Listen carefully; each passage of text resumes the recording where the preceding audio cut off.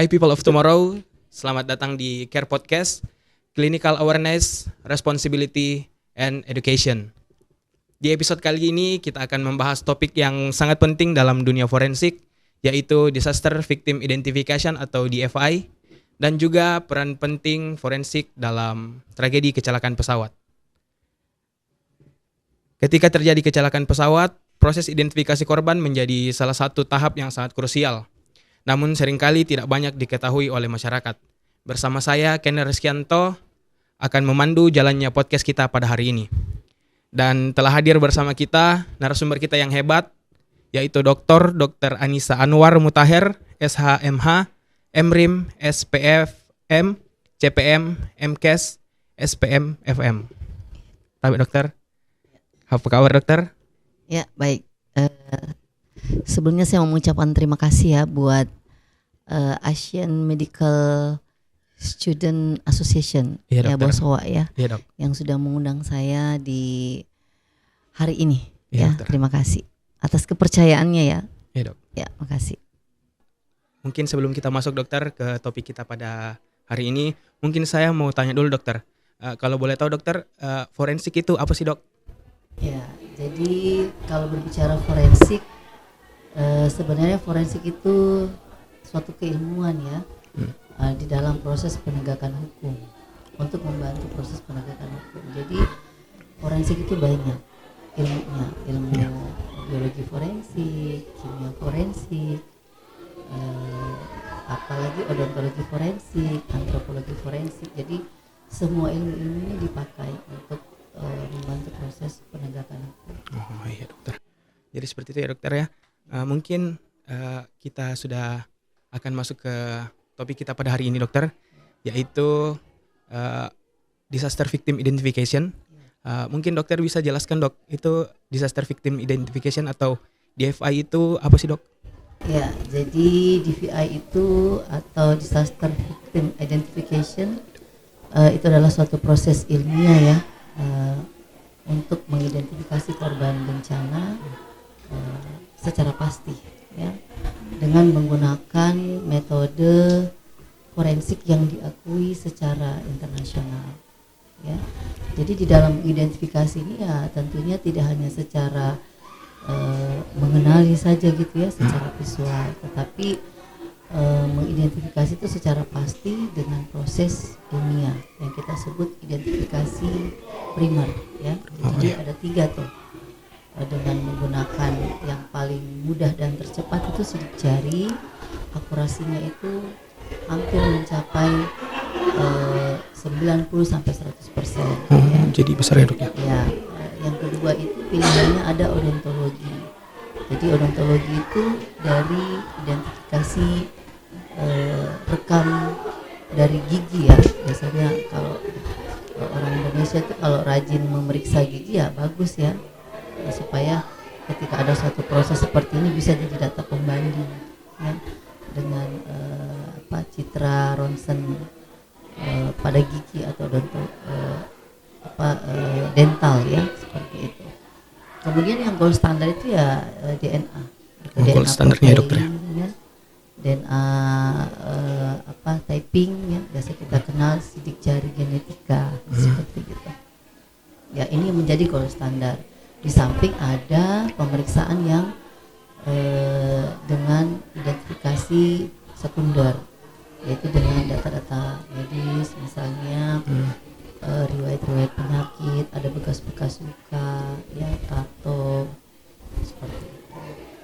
Bahkan identitas pribadi itu yang menjadi data sekunder, misalnya KTP, paspor. Oh iya dok.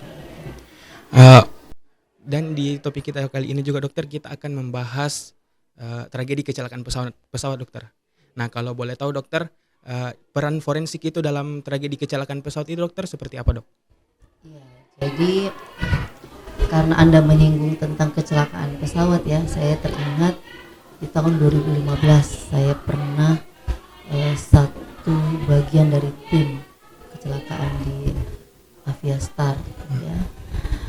Nah tentu keberadaan kita forensik itu sangat diharapkan. Jadi namanya teamwork tim. Di situ ada dokter forensiknya, ada dari kepolisian dengan berbagai disiplin ilmu, ada dokter giginya, seperti itu. Nah, peran ini tentunya untuk membantu dalam identifikasi secara ilmiah, akurat, yang dapat dipertanggungjawabkan secara hukum. Ya, seperti itu. Jadi peran ini tentu prosesnya harus benar, ya, mulai dari 5 fase ya yang kita sebut 5 tahap kalau kita mengikuti standar pedoman daripada Interpol. Ya. Jadi ada fase the scene di TKP. Ya, di TKP itu ini juga harus benar, harus tepat, yaitu the secure, mengamankan, to collate, sama mendokumentasi. Jadi ketika ada di TKP, biasanya itu korban-korban ini apalagi kecelakaan pesawat ya bisa saja sudah terlempar, hancur, bahkan menjadi potongan-potongan tubuh yang kecil ya, seperti itu. Nah, ini juga harus tepat proses secure-nya, pengamanannya. Jadi tidak seorang pun bisa menggerakkan mayat tanpa dilakukan pendataan yang benar, pencatatan yang benar, dokumentasi yang benar. Jadi diberikan label yang tahan air ya, karena itu akan nanti dibawa mayat ini ke tahap fase kedua, postmortem. Nah, kemudian ada yang namanya fase ketiga, antemortem. Nah, di fase postmortem ini data kematian yang dilakukan pemeriksaan, melihat semua ya potongan-potongan ini, apakah bisa diidentifikasi, metode ilmiah apa yang kita pilih. Seperti yang saya sebutkan tadi itu ada 3 ya, ada sidik jari, odontologi, ya, dentalnya ya, untuk giginya, data rekam giginya ya. Kemudian ada juga DNA-nya. Ya, dokter. Gitu. Nah, ini kan tergantung sampelnya juga ya. Nah, di sini sangat penting data postmortem, data kematian. Nah, kemudian fase yang ketiga, antemortem. Nah, peran di sini juga sangat penting untuk mengumpulkan data-data daripada pihak keluarga atau kerabat terdekat untuk memberikan informasi saat masih hidup yang kita mau periksa ini. Jadi kita menerima data semua, kita kumpul, kemudian akan masuk tahap fase 4, rekonsiliasi, mematchingkan data antara data postmortem tadi, kemudian kita cocokkan dengan data antemortem yang kita terima dari pada pihak kerabat yang merasa kehilangan, ya, yang tidak ada informasi dari peristiwa tersebut. Nah, kemudian ini dimatchingkan, itu namanya rekonsiliasi, fase rekonsiliasi.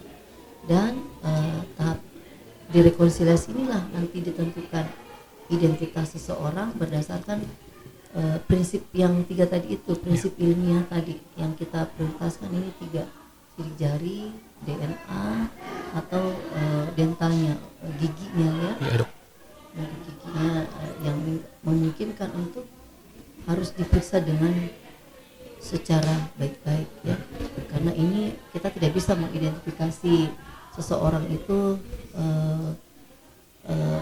tidak berdasarkan ilmiah, harus secara sains ya, dengan prinsip yang tadi ini.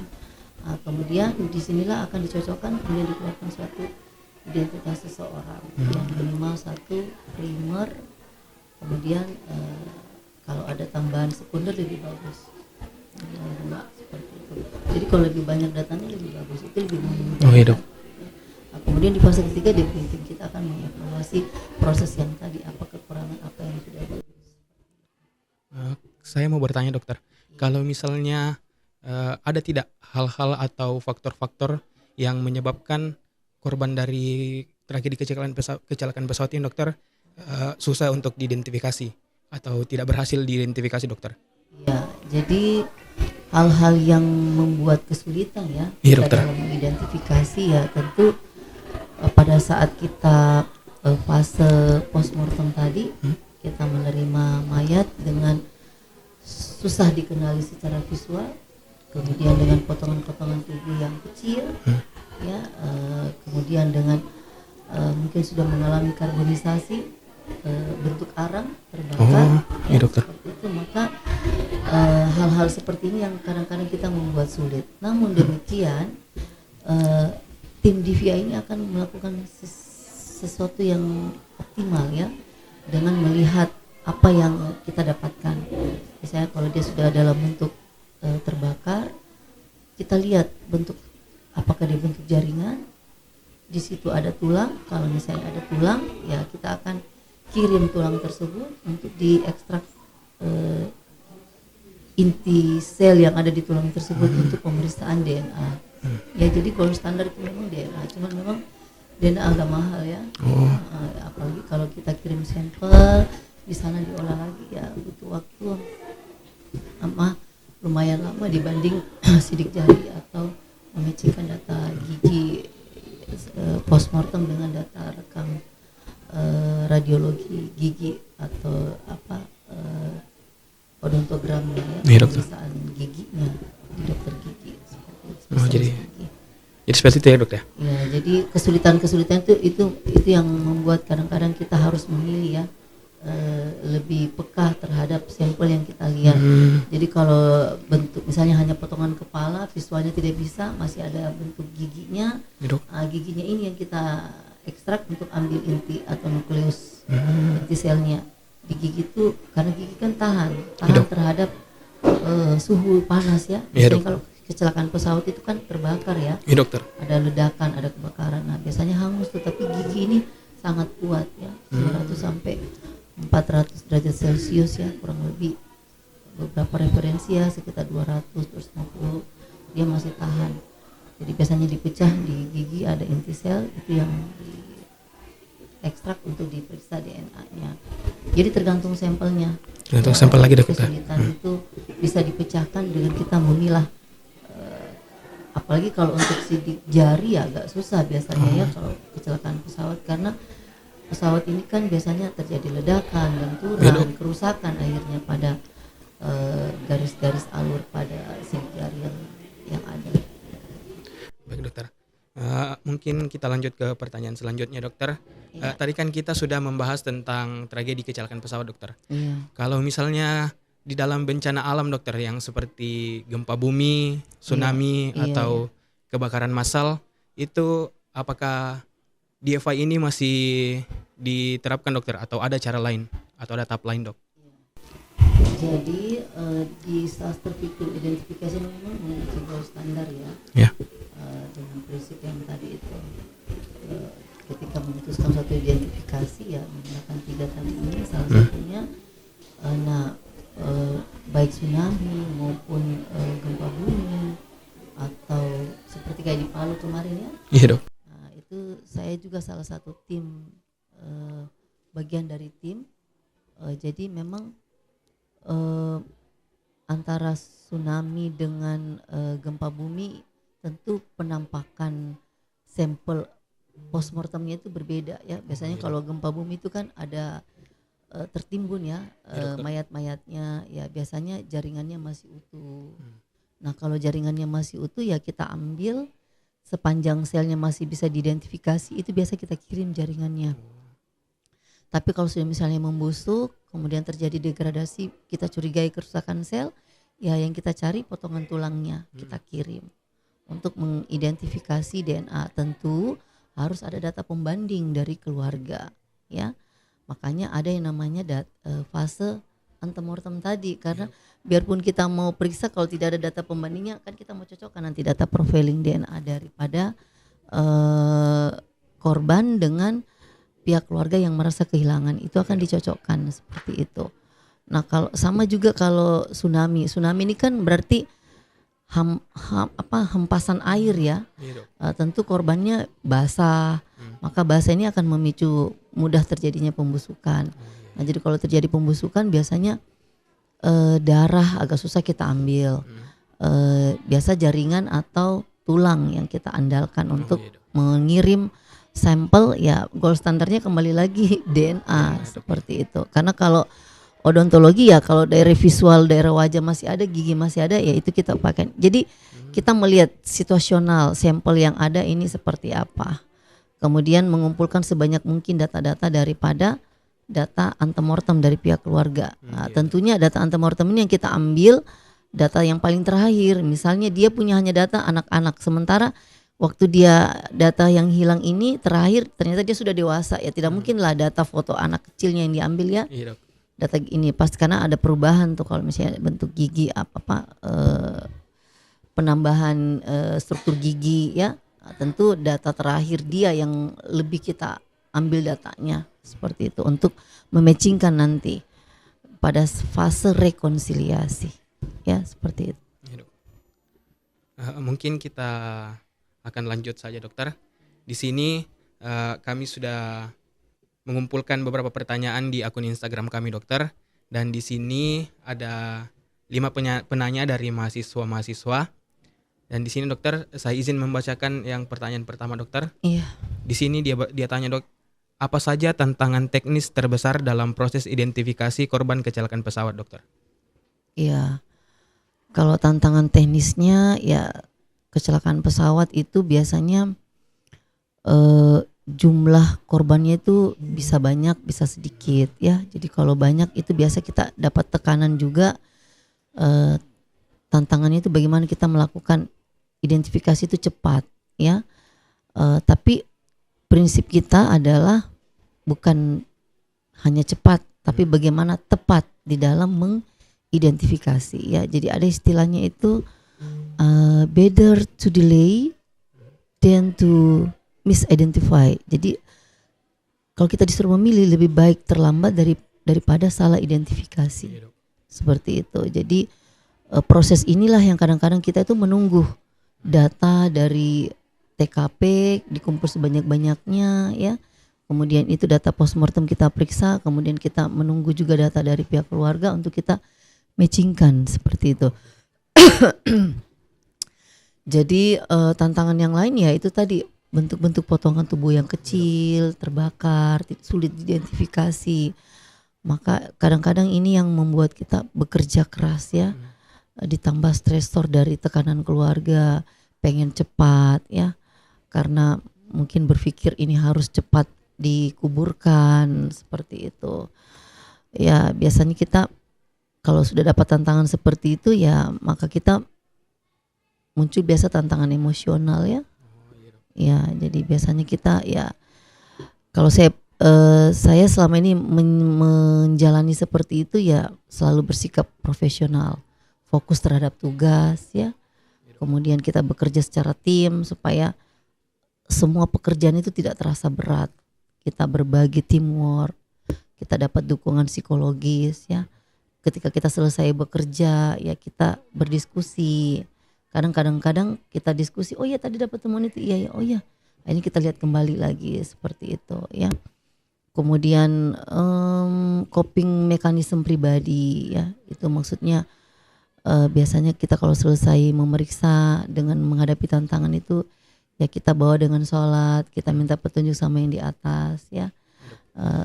Selesai dari situ kita rasa lebih tenang, bekerja lebih menambah semangat begitu ya, bagaimana kita bisa membantu masyarakat supaya bisa cepat teridentifikasi, kan kita juga cuma manusia, kita butuh support spiritual terhadap yang di atas ya, seperti itu. Dan empati yang terkontrol ya, jadi tantangan-tantangan itu kadang-kadang kita gabungkan supaya dalam kita bekerja itu tantangan itu menjadi ringan sehingga bisa menghasilkan suatu pemeriksaan yang tetap berfokus pada gold standar, objektif, akurat, dan dapat dipertanggungjawabkan secara hukum. Oke. Baik dokter. Seperti itu.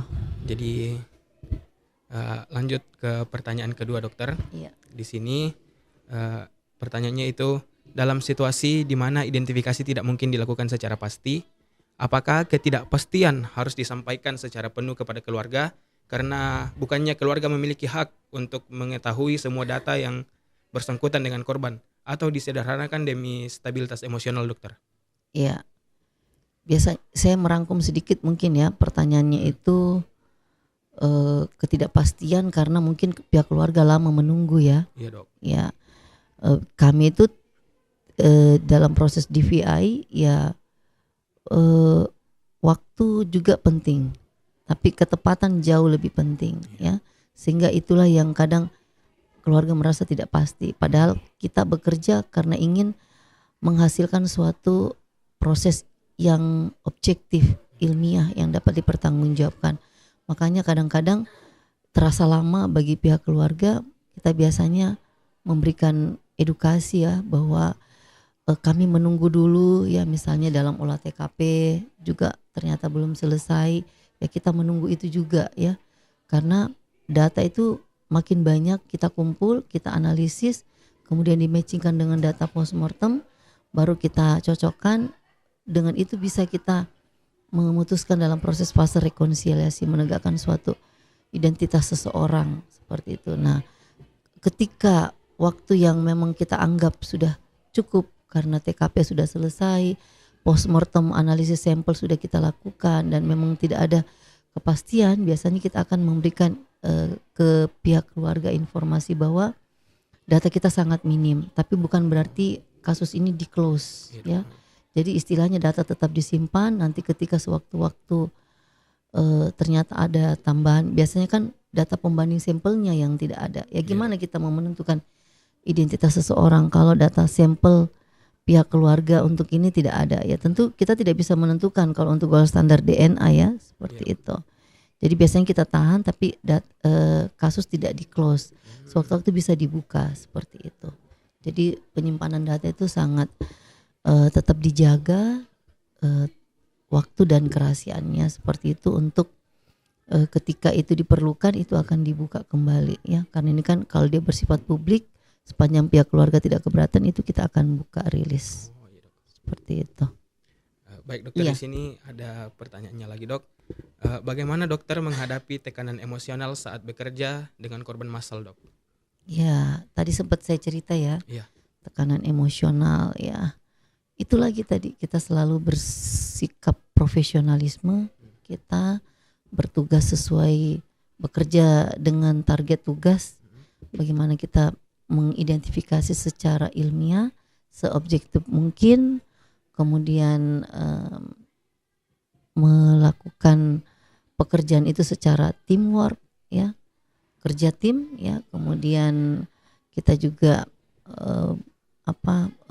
rotasi kerja yang shift, karena kalau kita bekerja terus itu akan mempengaruhi tekanan emosional juga ya, kita perlu istirahat juga. Saya mengingat waktu saya menjadi tim DVI di Pasigala, Palu Sigi Donggala, itu kan kerjanya di Rumah Sakit Bayangkara. Jadi ya kita tidak kerja terus, ada shift rotasi, kita butuh istirahat supaya kita juga tidak dalam proses kelelahan seperti itu ya. Tapi di sela-sela kita istirahat ya kita diskusi, kemudian kita saling mensupport ya, bahwa apa yang kita lakukan ini insya Allah ya, kalau kita muslim ya semua pasti ada nilai berkahnya, ibadahnya ya, seperti itu. Itu yang kadang-kadang membuat tekanan emosional itu menjadi stabil lagi ya. Kemudian empati yang terkontrol, artinya kita juga tidak memperlihatkan bahwa kita bahagia, happy. Jadi kita tetap memperlihatkan bahwa kita juga berduka.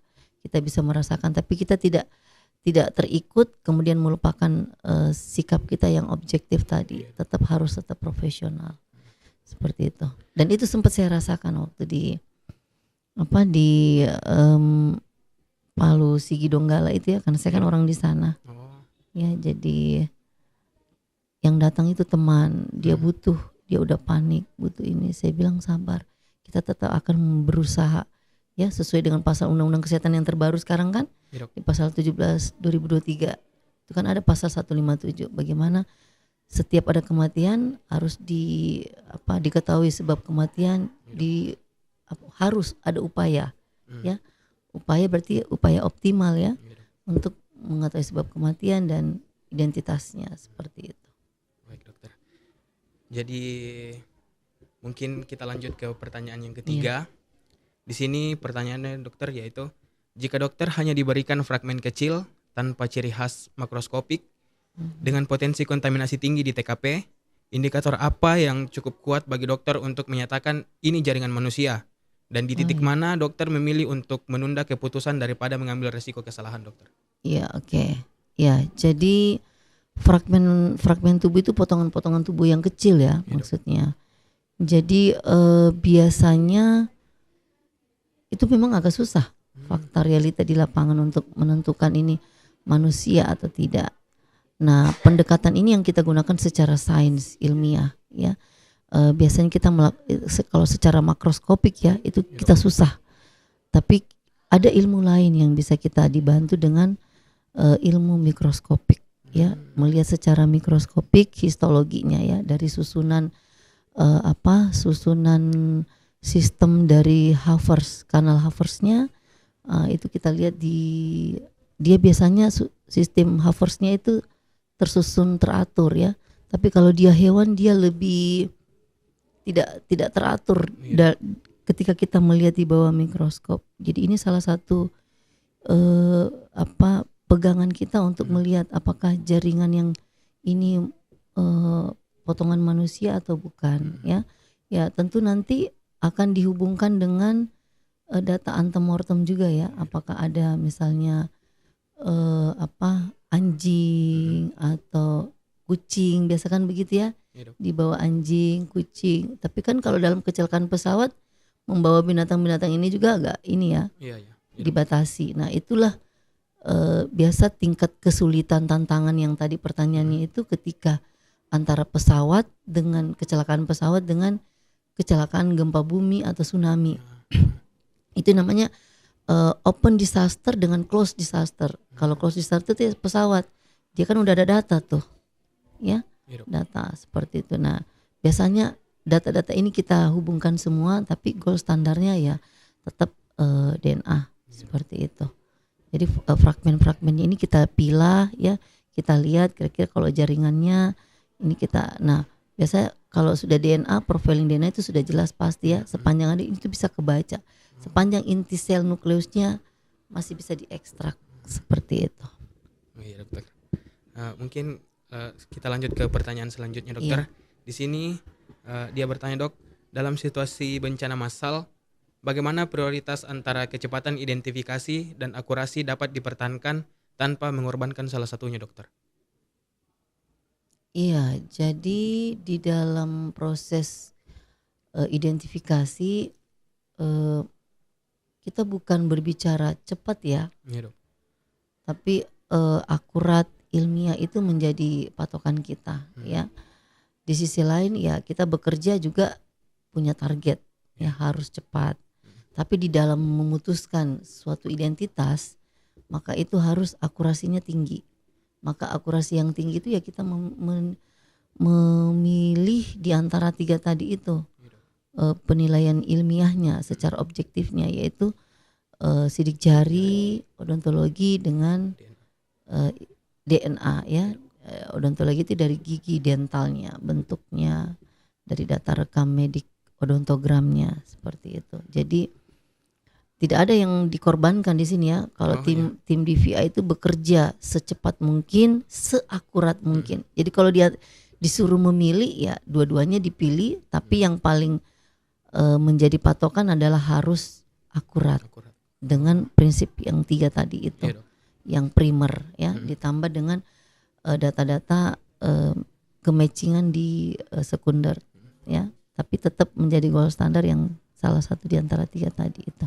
Baik, dokter, mungkin kita bisa masuk ke pertanyaan selanjutnya, yaitu mengapa metode identifikasi seperti sidik jari bisa gagal digunakan pada kecelakaan pesawat tertentu, dokter? Ya, pemeriksaan sidik jari ini kan sebenarnya dilihat pada bentuk guratan alur-alur daripada kulit jari ya. Ya, tentu kalau pada peristiwa kecelakaan pesawat, ya kita tahu pesawat itu kecepatannya sangat tinggi ya. Ketika terjadi impact trauma, tentu traumanya bisa dibayangkan pasti sangat besar, bahkan sampai menimbulkan ledakan ya. Ya kita tahu juga bahan bakar dari pesawat ini kan aftur ya, sangat mudah terbakar, apalagi kalau ada ini tentu ledakan yang besar menyebabkan kerusakan pada tubuh, bahkan yang kita sebut terjadi karbonisasi ya, tubuh menjadi arang seperti itu. Bayangkan kalau tubuh menjadi arang, bagaimana tangan gitu ya, biasanya menjadi fragmen-fragmen tubuh yang terpecah menjadi potongan-potongan kecil. Nah ketika ini sudah rusak ya tentu pemeriksaan sidik jari tidak bisa kita identifikasi dengan baik. Maka ya pilihannya yang 2 tadi itu, dengan mengambil sampel DNA di potongan-potongan tadi, fragmen tadi, seperti itu ya. Iya. Jadi itu pertanyaan-pertanyaan dari teman-teman mahasiswa dokter. Jadi terima kasih dok atas jawabannya. Sekiranya jawaban dari dokter betul-betul bisa bermanfaat buat teman-teman semua juga. Amin. Dan betul-betul jawaban dari dokter ini betul-betul sangat-sangat menambah wawasan saya secara pribadi. Jadi dari pembahasan kita pada hari ini, bahwa di balik sebuah tragedi besar itu seperti kecelakaan pesawat, terdapat proses panjang yang dilakukan oleh tim forensik untuk mengidentifikasi setiap korban dengan penuh ketelitian dan tanggung jawab. Dan dari sini kita belajar bahwa setiap korban bukan hanya sekedar angka, tetapi adalah individu yang memiliki identitas, cerita, dan keluarga yang menunggu kepastian. Melalui proses DFI, identitas tersebut dikembalikan sehingga keluarga dapat memperoleh kejelasan dan penutupan yang layak. Mungkin terakhir dokter, sebelum kita tutup, mungkin dokter bisa memberikan pesan-pesannya dokter untuk para pendengar kita terkait pentingnya forensik dokter. Iya, makasih. Close statement mungkin ya. Iya dokter. Iya. Untuk forensik sendiri adalah salah satu keilmuan yang memang sangat diperlukan ya, terutama dalam proses penegakan hukum, sehingga untuk adik-adik yang mahasiswa ketika belajar forensik, khususnya di ilmu kedokteran forensik, betul-betul diikuti dengan baik, supaya pada saat selesai proses pendidikannya, ilmu itu bisa dipakai dengan baik untuk masyarakat ya. Sebab ilmu ini implikasi hukumnya sangat besar ya, jadi betul-betul harus teliti, harus dapat dipertanggungjawabkan, baik untuk pribadi, untuk masyarakat, untuk hukum, dan yang paling terakhir adalah kepada Tuhan ya. Seperti itu. Mungkin itu deh. Oh itu saya dokter ya. Jadi saya ucapkan terima kasih dokter untuk pesan-pesannya. Dan juga terima kasih dokter untuk waktunya sudah hadir di Care Podcast pada episode kali ini. Dan semoga podcast pada siang hari ini gitu bisa menambah wawasan kita semua. Amin. Dan untuk kalian people of tomorrow, jangan lupa untuk terus belajar. Dan kalau misalnya kalian juga ingin bertanya, bisa nanti komentar di Instagram kami. Jadi nanti komentar-komentar yang menarik itu akan kami bahas di episode selanjutnya. Baik, akhir kata dari saya, Kender Reskianto, pamit undur diri. Stay aware, stay human, and see you in the next episode of Care Podcast. Bye, people of tomorrow.